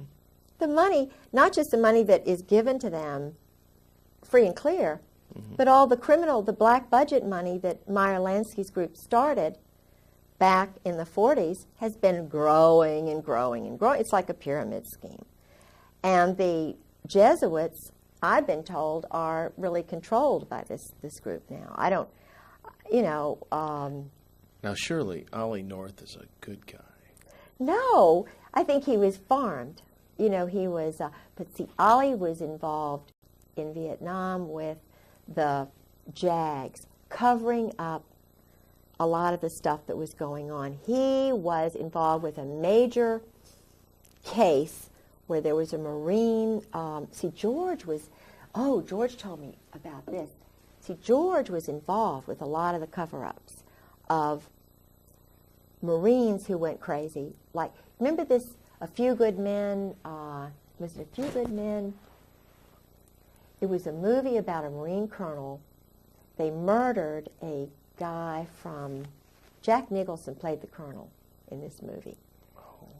You remember? Yeah, he went on trial. Yes. And a George good guy was the chief of staff who tried to cover this up. My husband. The true story. The true story. My husband was the guy who was covering this up. They were so arrogant. And it was the woman who was the JAG who got this thing going. It was not the Navy JAG, because he was going to cover it up. He was just a loose kind of guy. And if he had been the JAG, then it wouldn't have been prosecuted. But it was the woman who was working with him, because she was a woman, who got these other guys off. They were targeting these other guys. I mean, they would have put him in jail just for a little bit and, let him out. But the point is, this guy was murdered. And the colonel laughed it off. It was down there in Guantanamo Bay. And George was the chief of... It was Al Gray. Al Gray. That was... just that one.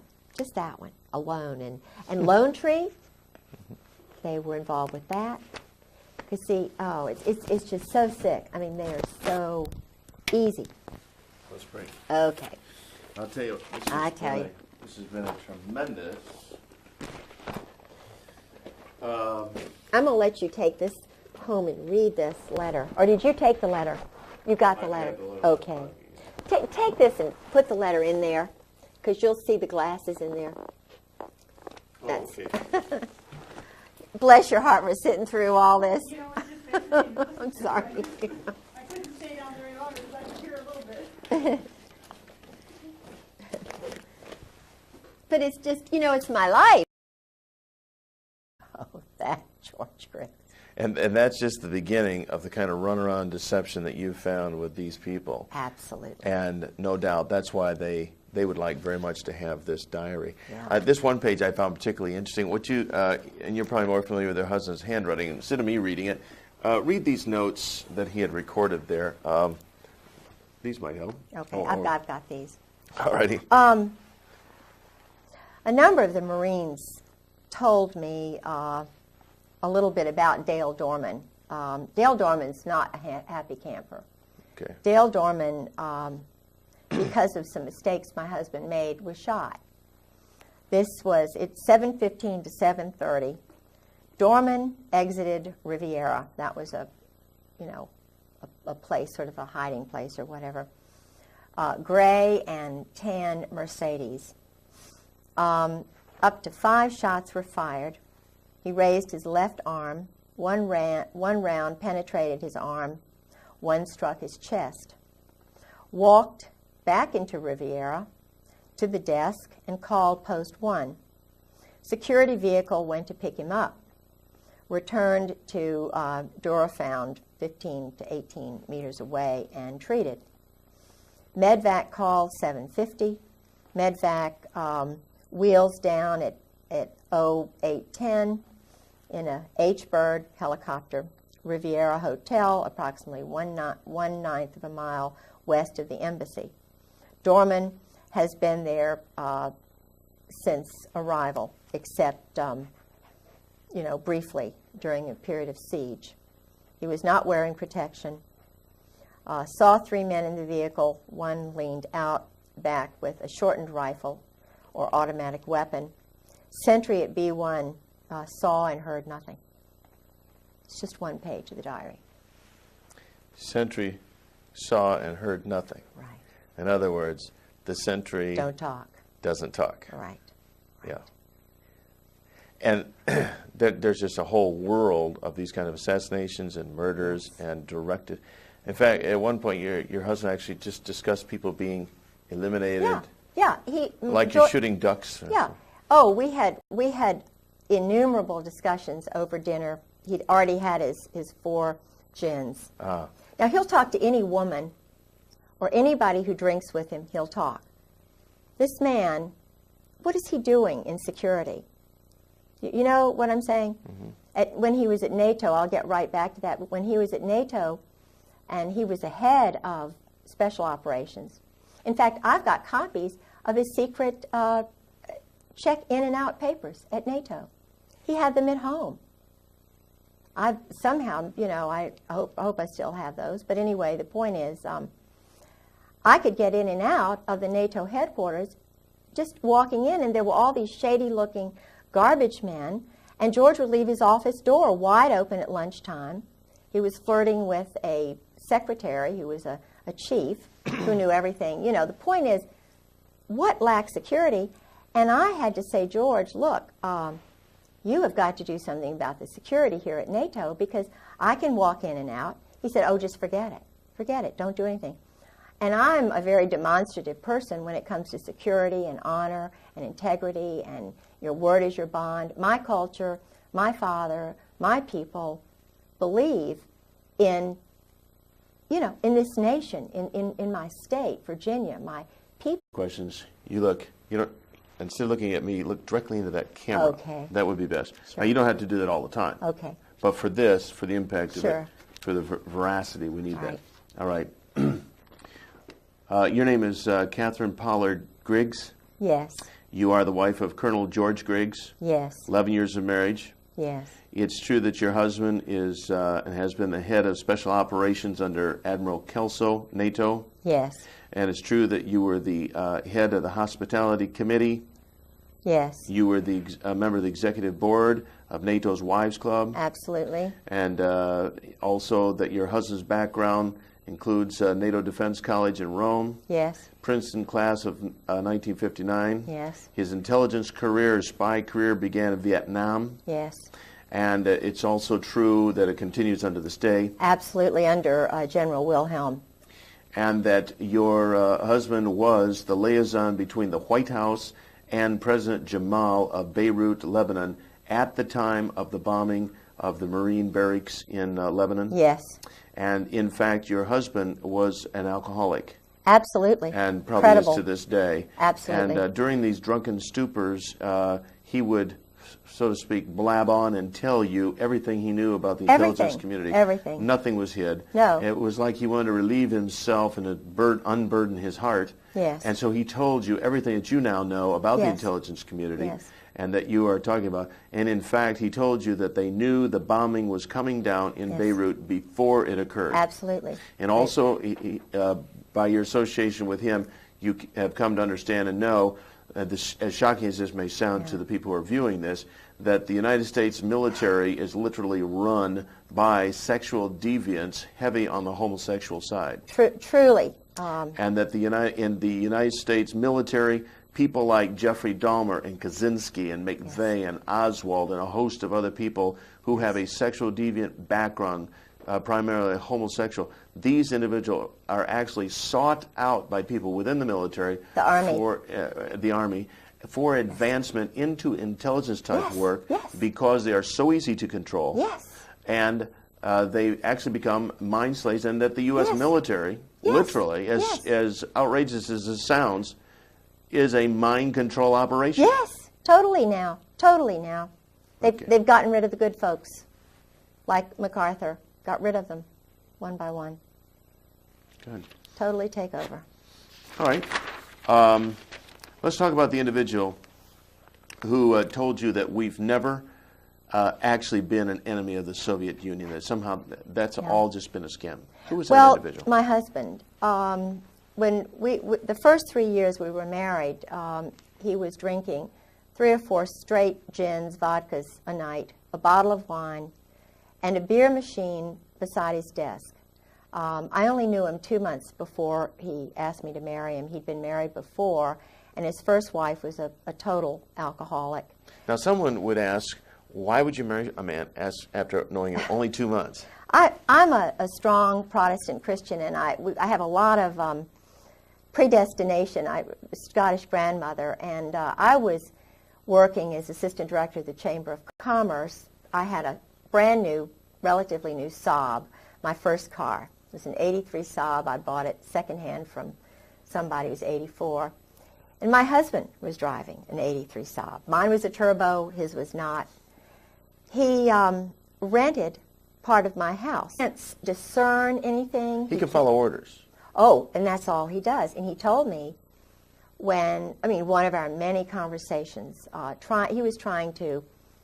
he thought I was, because of my family were all naval officers and I was out in the world with the chamber, that I just sort of went along with this kind of stuff. And, it was just incredible to me that How many wives of high-up military people are there, like yourself, that are speaking out?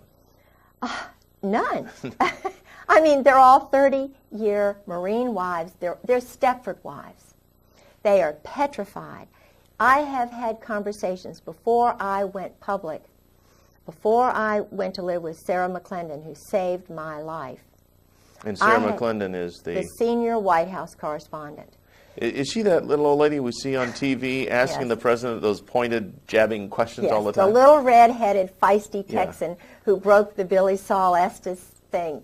She doesn't go along with the clone group of reporters who are all, most of them, intelligence officers. I think she was in intelligence because she was in the Army during World War II. And she's just a remarkable mind, and I lived with her for 5-6 months. And what's interesting is she called my home after I had called her or seen her on C-SPAN. She couldn't get through to my house. I was living there by myself. Every time she called my home, this is 1996 from March until she finally got hold of me. She had to go to another phone in Maryland to get me on the phone. Every time she called me from her house, she was told, this is a military base, and the Griggses don't live here anymore. Now, that was my phone number long before I met George Griggs. Mm-hmm. It's my granddaddy's farm, the house that I own. So your phone was being diverted. Absolutely diverted. It's electronic warfare. Mm-hmm. It's part of their deception. They have many levels, but it's all under a big operation. They have an operation now to totally ruin me. His first wife was murdered. Now, you know, some of the things you talk about here, this big operation, you've come to understand about the largeness of it, the intricacies of it, through a diary that you have. Is that right? Could you hold that diary up so we can get a look at that? And the thing that I found, this is the actual diary. Just hold it up kind of like a chest tie. Okay.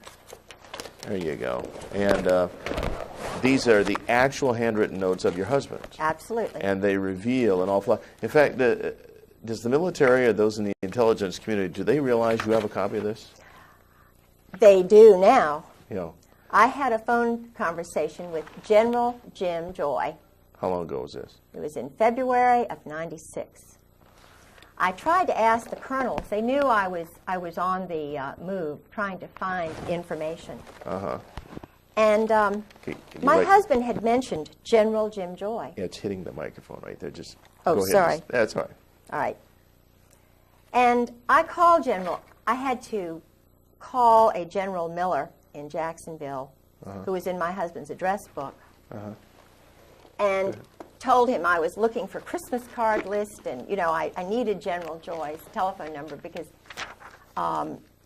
one of the colonels whom I trusted, Colonel Ken Millis, lied to me. It was I had a young doctor and his wife and 2 children who were renting the house. They were leaving before the end of the lease time, and they put the ad in the paper and told me about all these people, and I said no, no, no, no. And I was had been engaged to someone else. I was just renting my house out. And they said that there was this man who had a dog and a mother-in-law and a son and was a widower and a Marine colonel. Well, and had a dog, and I said, no, absolutely not. So the point that I'm trying to make is that he was someone I didn't cotton to. He sort of acted like a robot. He was very clipped, and I didn't want to like him. But when I heard he was a Princeton graduate, I always thought that was kind of great. When I heard he spoke fluent French, and I speak fluent French, when I found out that he drove a Saab, I drove a Saab. And when I found out that he went to the same school, high school, that my uncle had gone to, was in the same eating club at Princeton that my Uncle Ben had gone to. He was on scholarship and went to Princeton. Everything the same as my uncle, who was also in intelligence. But I didn't think about that then. I was just thinking, this is God. This is too much, too many similar things. And so it overwhelmed me. And he's very, very good looking. At that time, he was very good looking. Now he's aged and he really is haggard. Had a rough life. Yeah. Yeah. So I was overwhelmed by him. Plus, my job at the chamber was very demanding. I was doing a great job.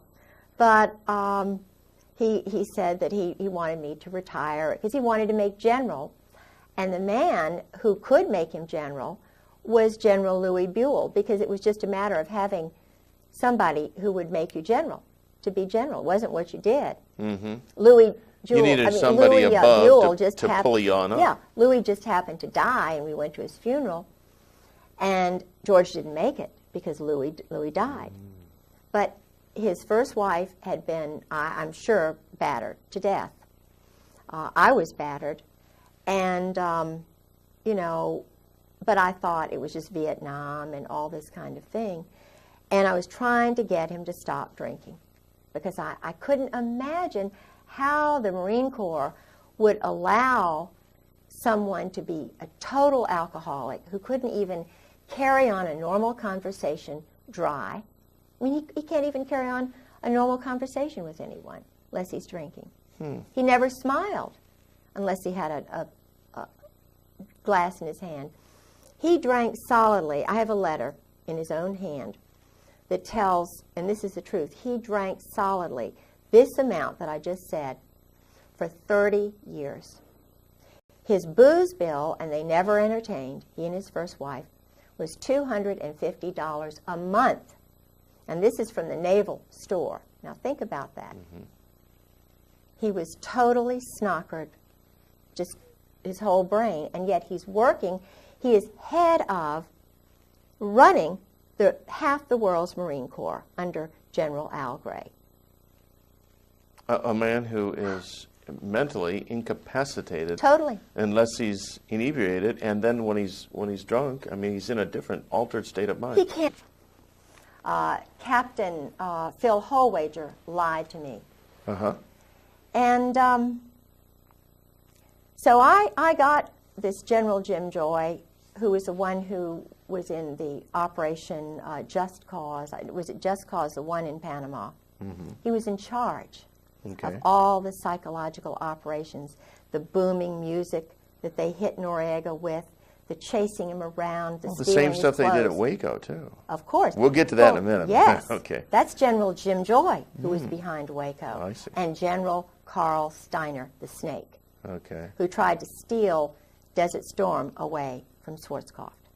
Okay, so, but you were trying to get some addresses, and they were giving you the complete runaround. Oh, don't even know him. Don't even know him. Don't even know him. And I knew him because my husband told me, you know, that he worked with General Joy and General Steiner. They were the triumvirate. But they had different names. They were, you know, in plain clothes. They had different passports. So I got him on the phone. I was given the number by this General Miller. And I said... So in the movies, when they say they shall disavow any knowledge, that's not just that's not just a little thing for movies. That's the truth. They disavow knowledge of all these people. Totally lie. Yeah. But you nailed him down. Yes. I said, General Joy, I'm Kay Griggs. My husband, George Griggs, was in the Marine Corps, and he's battered me badly, and we're looking for him because, you know, this has been going on too long, and blah, blah, blah. And I was recording this conversation, you see. I was sitting on my bed with the diary right out in front of me. And he didn't know that I had the diary. He didn't know anything. It was cold call, like they do cold murders after when they graduate from SEAL school. Cold murders. I was doing a cold telephone call. And he said, no, I don't believe, and these were his exact words, no, I don't believe I know your husband. This is someone my husband... I have a card that General Joy sent my husband after the murder, of the death of his first wife, saying, call me anytime.